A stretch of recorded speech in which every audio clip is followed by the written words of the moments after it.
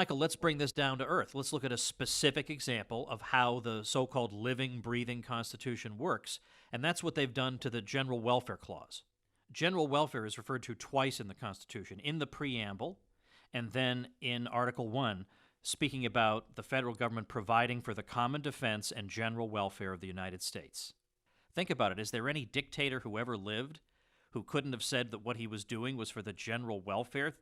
This is no kind of limitation on power, if that were what the General Welfare Clause meant. But it didn't mean that. James Madison was very clear about this. He said, the fact is, the Constitution lists the powers the federal government has.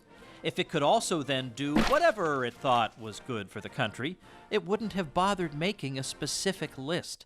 The General Welfare Clause means that when you are engaged in the powers we've given you, make sure you exercise those powers with an eye to the general welfare, what's good for the whole country. Here's a good way for people to look at the General Welfare Clause. Let's suppose I say, Tom, can you do me a favor? And you go, of course, Michael. You're a great guy who I admire and aspire to be like one day. I'll be glad to help you in any way I can. All right. So, Tom, I got this fridge, and I need you to help me bring it up to my apartment. Well, okay, that's not a problem. We all need to keep our food cool as you, Michael. And I say, okay. I also need you to do those dishes because they've been in that sink for quite a while. Got to make some phone calls on my behalf. I'm a very busy man. And I need you to walk my dog, and I also need you to get a dog for me to walk. The idea that the General Welfare Clause means anything you want it to be is like saying, well, let me ask you for a favor, but then that favor ends up being something a little more complicated than just a favor. Now, how did the General Welfare Clause come to have this enormous, expansive meaning? We can trace it back to a justice from the 1830s, Joseph Story, who said that the federal government can tax for the general welfare, that taxation is one of the powers, and then once it has the money, it can apply that money to whatever it, more or less what it thinks conduces to the general welfare.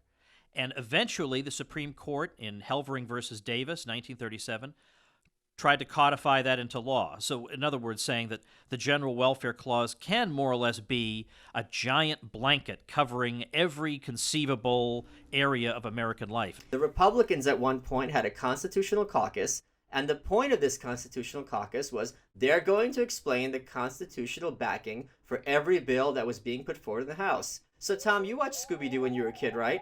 Who didn't? Okay, I'm sure you related very much to Velma. I guess I didn't watch it. Well, Velma was the smart one, and she was always the one solving a mystery. And a lot of the times... Yeah. I guess that's the one I identified with, yes.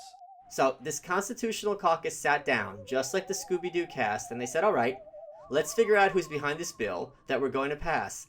And they take off the mask, and the answer is, the General Welfare Clause. It's always the General Welfare Clause that justifies their bills. In fact, it's not a mystery at all. This clause has been behind pretty much every bill whenever the federal government tries to do something that the constitutionalists never even thought they would have the power to do or even to think to ask for.